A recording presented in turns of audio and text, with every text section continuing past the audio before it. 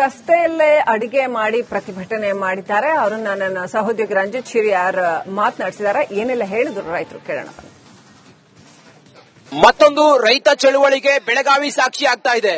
ಹೋರಾಟದ ಕಿಚ್ಚನ್ನ ಹಚ್ಚಿಸಿದಂತ ಬೆಳಗಾವಿಯಲ್ಲಿ ಮತ್ತೊಂದು ರೈತ ಚಳುವಳಿ.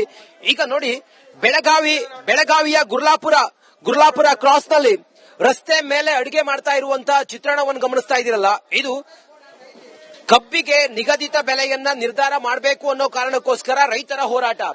ನಾವೀಗ ಅಲ್ಲೇ ಇದ್ದೀವಿ. ರಿಪಬ್ಲಿಕ್ ಕನ್ನಡ ಗ್ರೌಂಡ್ ರಿಪೋರ್ಟ್ ಅನ್ನ ಮಾಡೋ ಮೂಲಕ ಬೆಳಗಾವಿಯಲ್ಲಿ ರೈತರ ಹೋರಾಟ ಹೇಗಿದೆ ಅನ್ನೋದನ್ನ ತಾವು ನೋಡ್ತಾ ಇದ್ದೀರಿ. ಪ್ರತಿದಿನವೂ ಕೂಡ ಸಾವಿರಾರು ಜನ, ಸುಮಾರು 7 ದಿನ ಆಗಿದೆ ಇಲ್ಲಿವರೆಗೂ ಕೂಡ, ಸಾವಿರಾರು ಜನ ರಸ್ತೆಯಲ್ಲೇ ಕೂತು, ರಸ್ತೆಯಲ್ಲೇ ಊಟ ಮಾಡಿ, ರಸ್ತೆಯಲ್ಲೇ ಮಲಗಿ, ರಸ್ತೆಯಲ್ಲೇ ತಮ್ಮ ಆಕ್ರೋಶವನ್ನ ಹೊರಹಾಕ್ತಾ ಈ ಸರ್ಕಾರದ ದಪ್ಪ ಚರ್ಮದ ಸರ್ಕಾರದ ಗಮನವನ್ನ ಸೆಳೆಯುವಂತ ಪ್ರಯತ್ನವನ್ನ ಮಾಡ್ತಾ ಇದ್ದಾರೆ. ಸಾವಿರಾರು ಜನರಿಗೆ ಇಲ್ಲಿ ಅಡುಗೆ ಮಾಡ್ತಾರೆ, ಇಲ್ಲೇ ರೈತರು ಊಟ ಮಾಡ್ತಾರೆ, ಇಲ್ಲೇ ಮಲಗ್ತಾರೆ, ಚುಮು ಚಳಿಯಲ್ಲೂ ಕೂಡ ಇಲ್ಲೇ ಇರ್ತಾರೆ.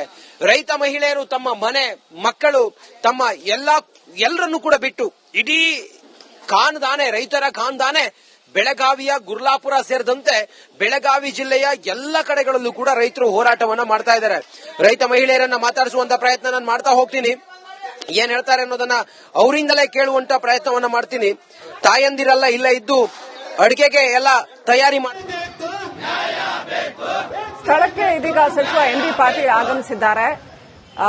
ವಿಜಯಪುರದಲ್ಲಿ ಎಂಬಿ ಪಾಟೀಲ್ ಸ್ಥಳಕ್ಕೆ ಆಗಮಿಸಿ ರೈತರ ಜೊತೆ ಮಾತನಾಡೋದಕ್ಕೆ ಕೂತಿದ್ದಾರೆ. ಏನ್ ಮಾತನಾಡ್ತಾರೆ, ಹೇಗೆ ರೈತರ ಜೊತೆ ಮಾತುಕತೆ ಸಾಗುತ್ತೆ, ಯಾವ ರೀತಿಯಲ್ಲಿ ಕನ್ವಿನ್ಸ್ ಮಾಡ್ತಾರೆ, ಕಾದು ನೋಡಬೇಕಾಗಿದೆ. ಪ್ರತಿಭಟನೆಗೆ ಕುಳಿತಿರ್ತಕ್ಕಂಥ ರೈತರ ಜೊತೆ ಮಾತುಕತೆಗಾಗಿ ಸರ್ಕಾರದ ಕಡೆಯಿಂದ ಸಚಿವ ಎಂಬಿ ಪಾಟೀಲ್ ಆಗಮಿಸಿದ್ದಾರೆ.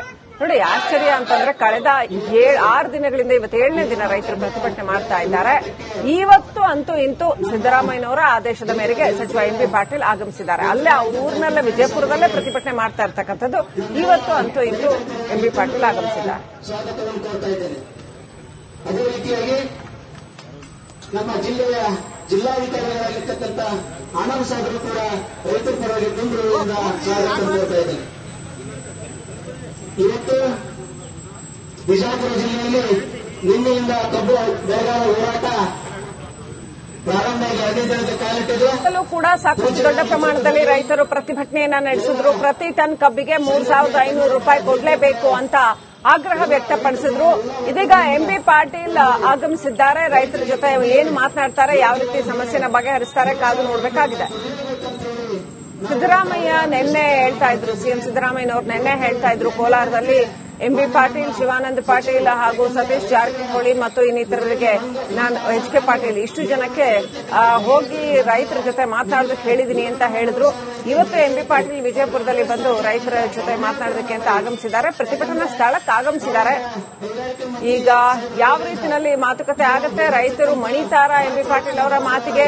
ಪ್ರತಿ ಟನ್ ಕಬ್ಬಿಗೆ 3,500 ರೂಪಾಯಿ ಬೆಂಬಲ ಬೆಲೆ ನಿಗದಿ, ಕನಿಷ್ಠ ಬೆಲೆ ನಿಗದಿ ಆಗತ್ತಾ ಇಲ್ವಾ ಏನು ಅಂತ ಕಾದು ನೋಡಬೇಕಾಗಿದೆ.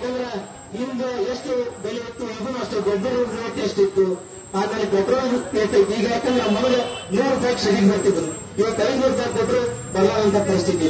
ಅದಕ್ಕೆ ನಮ್ಗೇನು ಹೇಳೋ ಅವಶ್ಯಕತೆ ಇರುತ್ತೆ. ಬಿಜಾಪುರ ಜಿಲ್ಲೆಯಲ್ಲಿ 4 ಲಕ್ಷ ಎಕರೆ ಕಬ್ಬು ಬೆಳೆ ಬೆಳೀತಾ ಇದೆ ಸರ್. ಇವಾಗ ಈಗಾಗಲೇ ನಾವು ಎಲ್ಲ ಬೆಳೆಯಂತೂ ಮಳೆಯಿಂದ ಹಾಳಾಗೋಗ್ಬಿಟ್ಟೈತಿ. ಭೀಮಾ ತೀರದ ಅದು ಪ್ರವಾಹ ನದು ಆಗೈತಿ, ಕೃಷ್ಣಾ ನದಿಯಿಂದ ಅದು ಆಗೈತಿ. ಆಮೇಲೆ ನಮ್ಮ ಉಳಿದ ಕಬ್ಬಿನಿಂದ ಏನಾದರೂ ಒಂದು ಸಹಾಯ ಸಿಗ್ತಕ್ಕಂತಕ್ಕಂಥ ಒಂದು ವಿಚಾರವನ್ನು ಇಟ್ಕೊಂಡಿದ್ದೇವೆ. ಅದಕ್ಕಾಗಿ ಇದು 3,500 ರೂಪಾಯಿ ನಮ್ದು ಕನಿಷ್ಠ ಬೆಲೆ ಸರ್ ಇದು.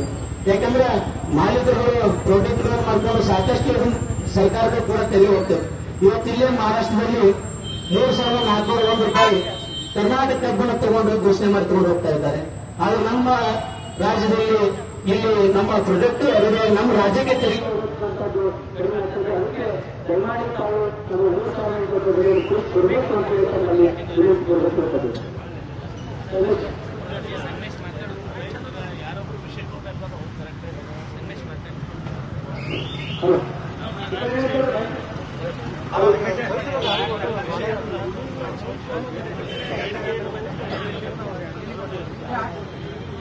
ಈಗಾಗಲೇ ಕರ್ನಾಟಕ ರಾಜ್ಯದಲ್ಲಿ 2020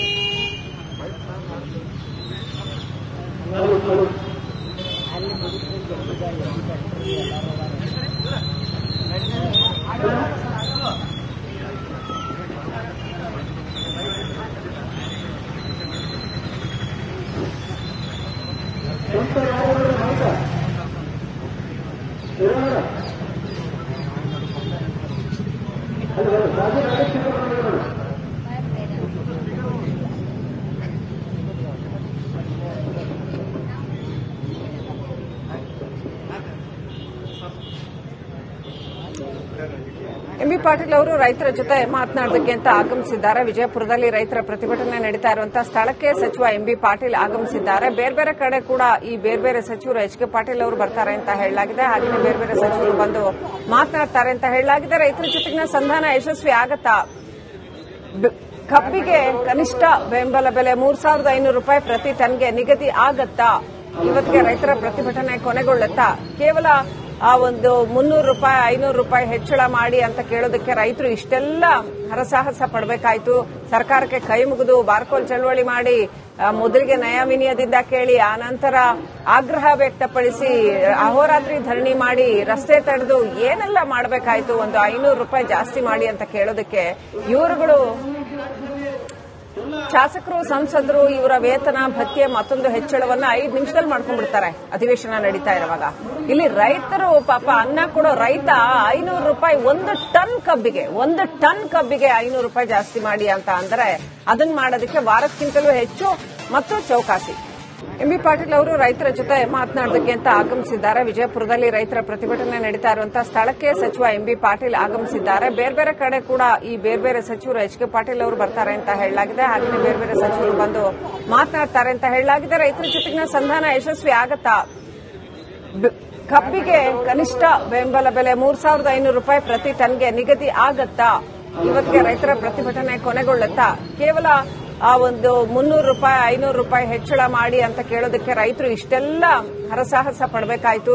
ಸರ್ಕಾರಕ್ಕೆ ಕೈ ಮುಗಿದು ಬಾರ್ಕೋಲ್ ಚಳವಳಿ ಮಾಡಿ ಮೊದಲಿಗೆ ನಯವಿನಯದಿಂದ ಕೇಳಿ ಆನಂತರ ಆಗ್ರಹ ವ್ಯಕ್ತಪಡಿಸಿ ಅಹೋರಾತ್ರಿ ಧರಣಿ ಮಾಡಿ ರಸ್ತೆ ತಡೆದು ಏನೆಲ್ಲ ಮಾಡಬೇಕಾಯ್ತು. ಒಂದು 500 ರೂಪಾಯಿ ಜಾಸ್ತಿ ಮಾಡಿ ಅಂತ ಕೇಳೋದಕ್ಕೆ ಇವರುಗಳು ಶಾಸಕರು ಸಂಸದರು ಇವರ ವೇತನ ಭತ್ಯೆ ಮತ್ತೊಂದು ಹೆಚ್ಚಳವನ್ನ 5 ನಿಮಿಷದಲ್ಲಿ ಮಾಡ್ಕೊಂಡ್ಬಿಡ್ತಾರೆ ಅಧಿವೇಶನ ನಡೀತಾ ಇರುವಾಗ. ಇಲ್ಲಿ ರೈತರು ಪಾಪ ಅನ್ನ ಕೊಡೋ ರೈತ 500 ರೂಪಾಯಿ ಒಂದು ಟನ್ ಕಬ್ಬಿಗೆ 500 ರೂಪಾಯಿ ಜಾಸ್ತಿ ಮಾಡಿ ಅಂತ ಅಂದ್ರೆ ಅದನ್ನ ಮಾಡೋದಕ್ಕೆ ವಾರಕ್ಕಿಂತಲೂ ಹೆಚ್ಚು ಮತ್ತು ಚೌಕಾಸಿ.